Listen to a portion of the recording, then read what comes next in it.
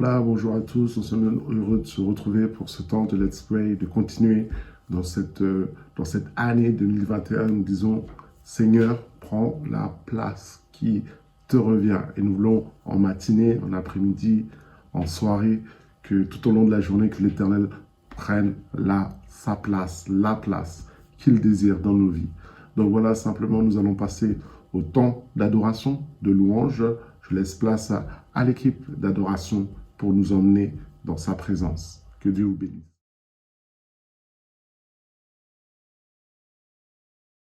Je chanterai gloire à l'Éternel. Je chanterai louange à son nom. Je chanterai Dieu, mon essentiel. Je chanterai en l'honneur de son nom. Je viens t'offrir, Seigneur, ce que j'ai de meilleur. Je viens t'offrir ma vie. Oui, à toi, Jésus-Christ. Et même si je suis fragile, et même si c'est difficile, je chanterai gloire à l'Éternel. Je chanterai louange à son nom. Je chanterai Dieu, mon essentiel. Je chanterai en l'honneur de son nom.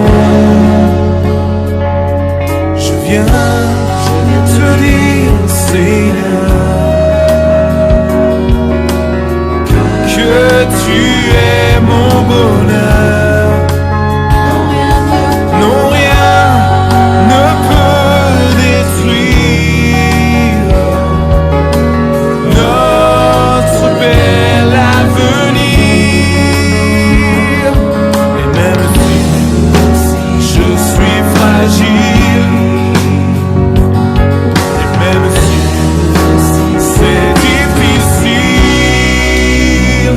je chanterai gloire à l'Éternel. Je chanterai louange à son nom. Je chanterai Dieu, mon essentiel. Je chanterai en l'honneur de son nom. Toute ma vie, je redirai que tu as donné ta vie. Toute ma vie, je redirai que tu as payé le prix. Toute ma vie, je redirai que je ne vis que pour lui. Je chanterai gloire à l'Éternel. Je chanterai louange à son nom. Je chanterai Dieu, mon essentiel. Je chanterai en l'honneur de son nom. Je chanterai gloire à l'Éternel. Je chanterai louange à son nom. Oui, à toi, je chanterai Dieu, mon essentiel. Je chanterai en l'honneur de son nom. Je chanterai gloire à l'Éternel. Je chanterai louange à son nom. Oui, pour toujours. Que mon essentiel l'essentiel, mon essentiel, en l'honneur de son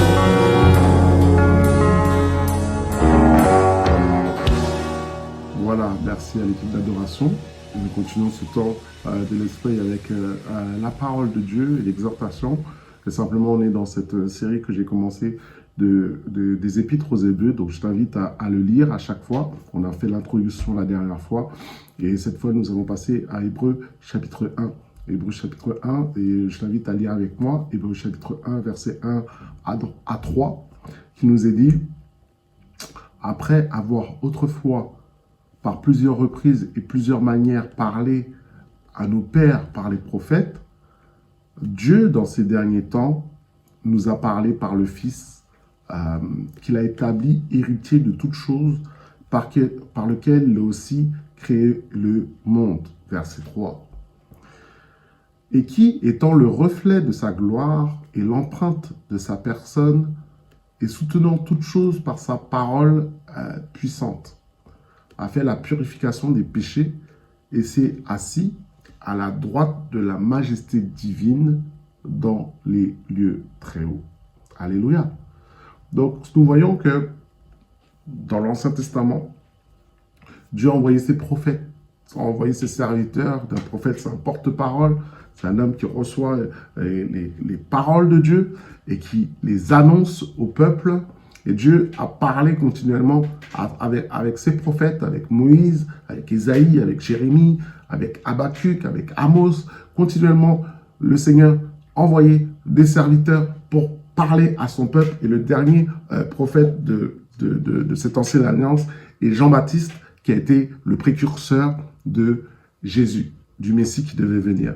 Mais il nous est dit dans les derniers temps dans lesquels nous sommes, nous avons que Dieu a décidé de venir en personne sur terre et prendre la forme d'un homme, Dieu qui prend la forme d'un homme, qui vient pour agir, pour nous parler. On pourrait réfléchir en se disant, mais Dieu, s'il aurait pris sa forme, nous aurait parlé du ciel, est-ce qu'on aurait été à l'écoute, est-ce qu'on aurait été compris, s'il nous aurait dit, si Dieu prend sa forme du ciel, ça pourrait nous faire peur. Si vous vous souvenez de Moïse qui est monté sur la montagne, Dieu qui descend du ciel et qui descend sur la montagne est embrasée, la montagne est remplie de feu et la montagne est toute tremblante parce que Dieu est un Dieu de puissance, d'autorité.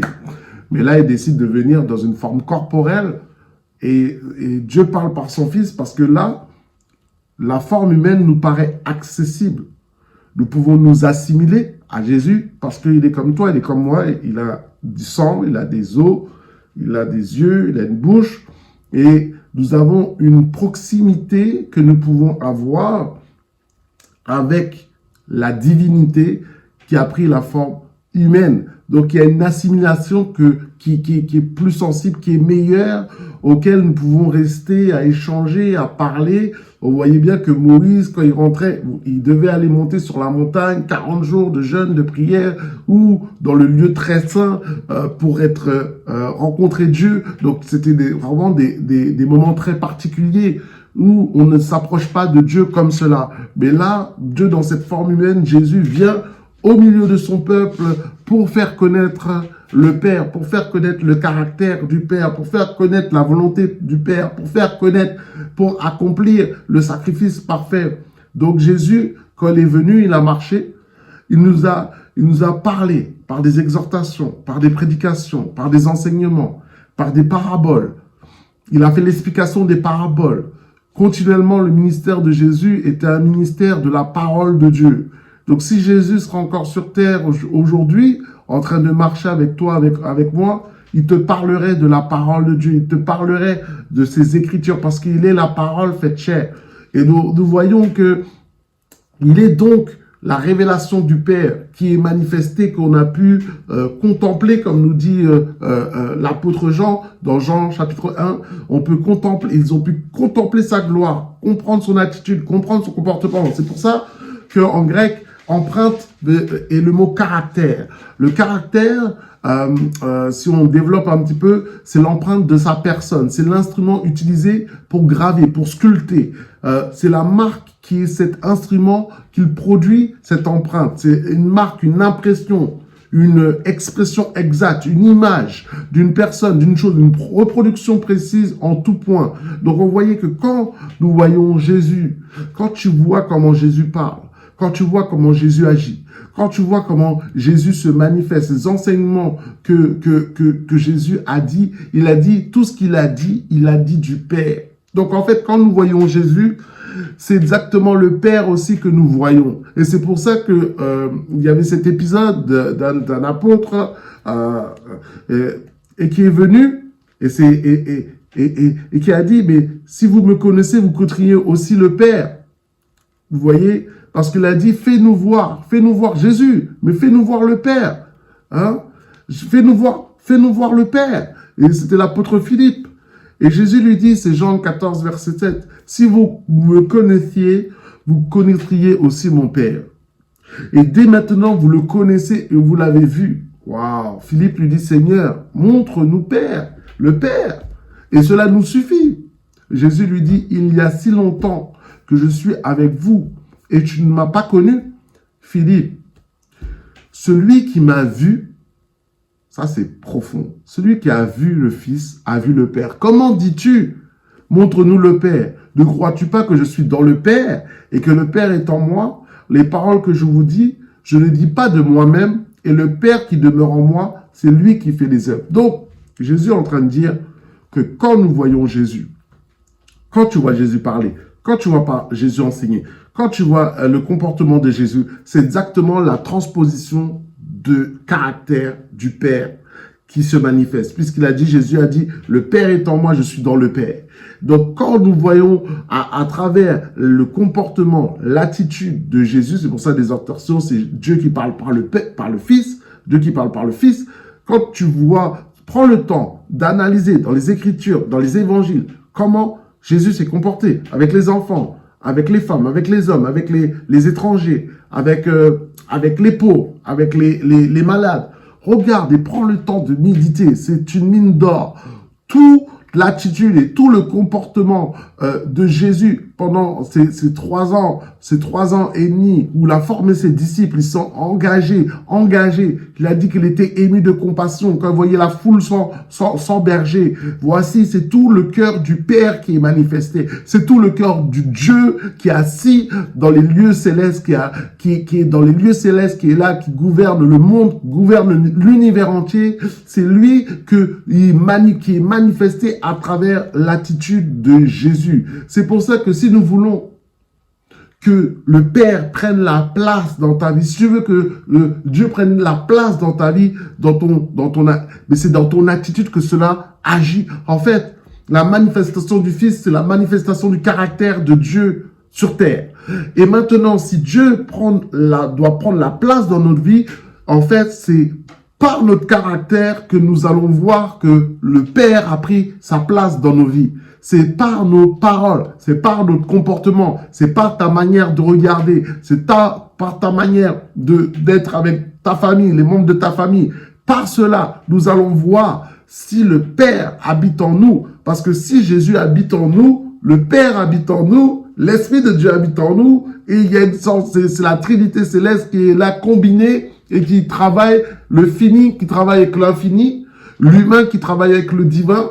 De tous les jours, nous voulons dire, Seigneur, prends ta place à travers le Fils dans ma vie, prends ta place à travers le Fils dans nos cœurs, dans nos âmes, dans nos bouches, dans nos manières de parler, dans nos manières d'agir. En fait, que Dieu vienne dans nos vies doit avoir une influence, un bouleversement de comportement, un bouleversement de compréhension, un bouleversement de manière de penser. Alléluia. Mais cela nous fait réfléchir sur la personne de Jésus. Prends le temps de méditer la personne de Jésus. 1 Jean, chapitre 4, verset 17, nous dit « Tel il est, tel nous sommes, aussi dans ce monde.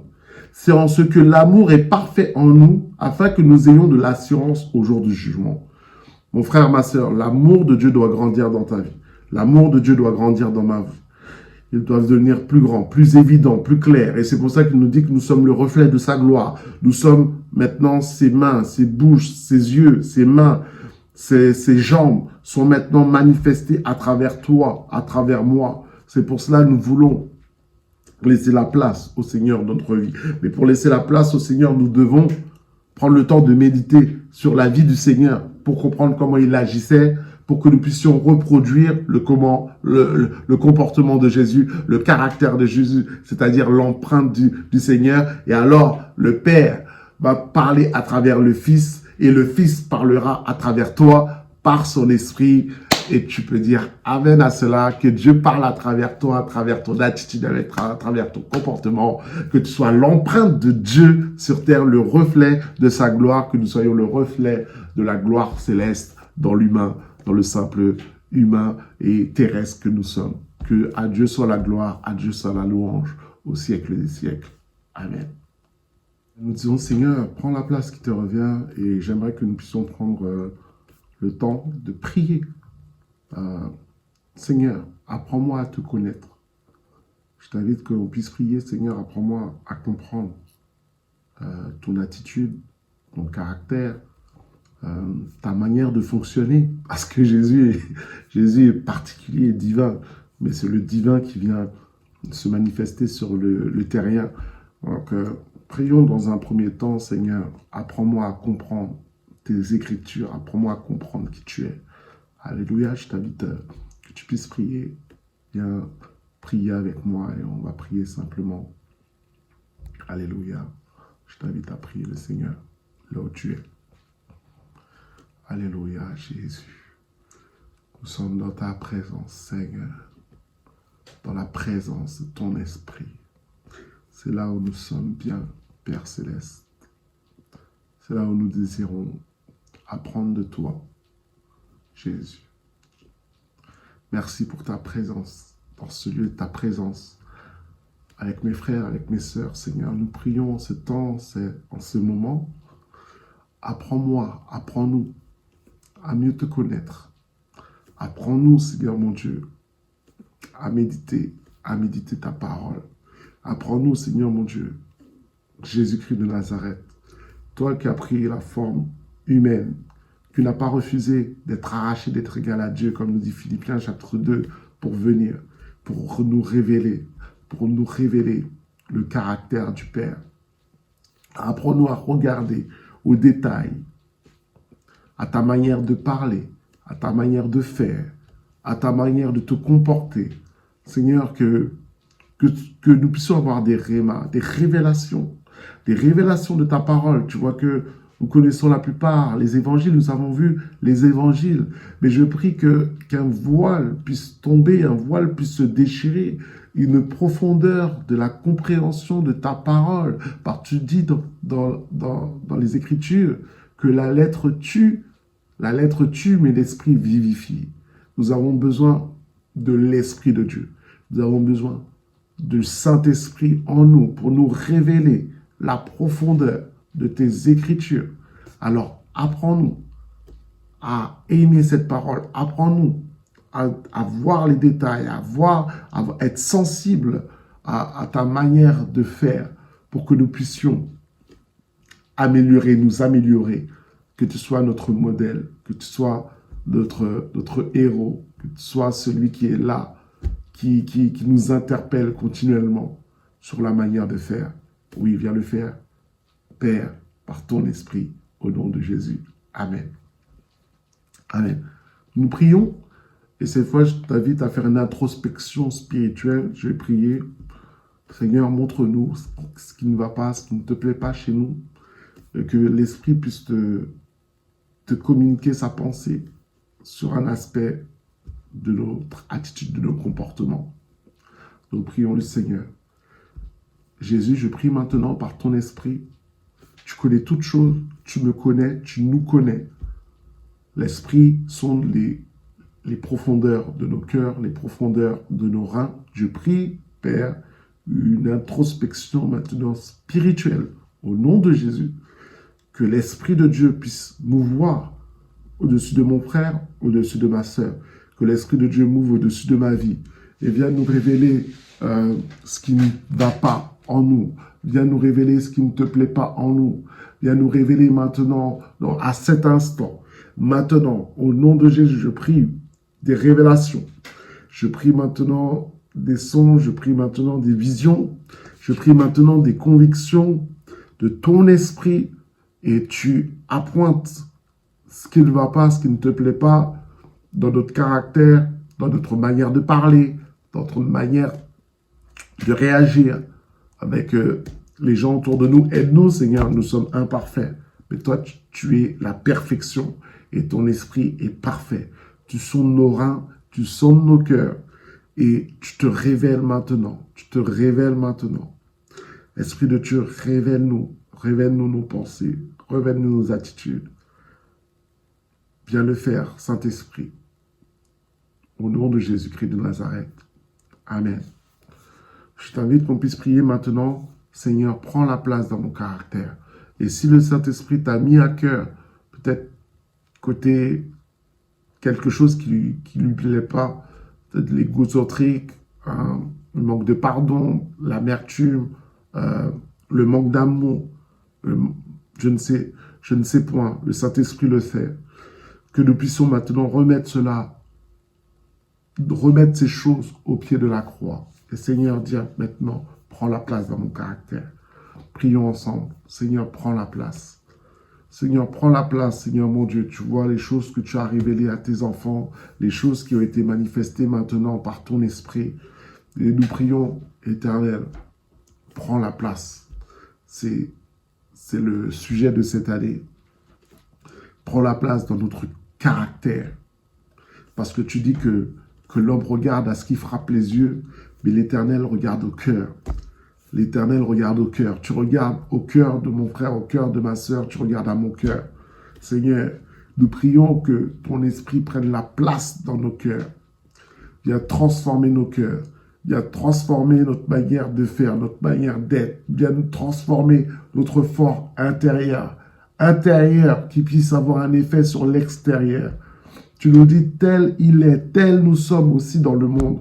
C'est en cela que l'amour est parfait en nous, afin que nous ayons de l'assurance pour le jour du jugement. Alors je prie, Seigneur, pour un amour maintenant, pour l'amour, ton amour, ton amour, ton amour, parce que tu es amour. 1 Jean chapitre 4, verset 8, deuxième partie, le dit, Dieu est amour. Aimez-vous les uns les autres comme je vous ai aimé, et vous aimez-vous les uns les autres.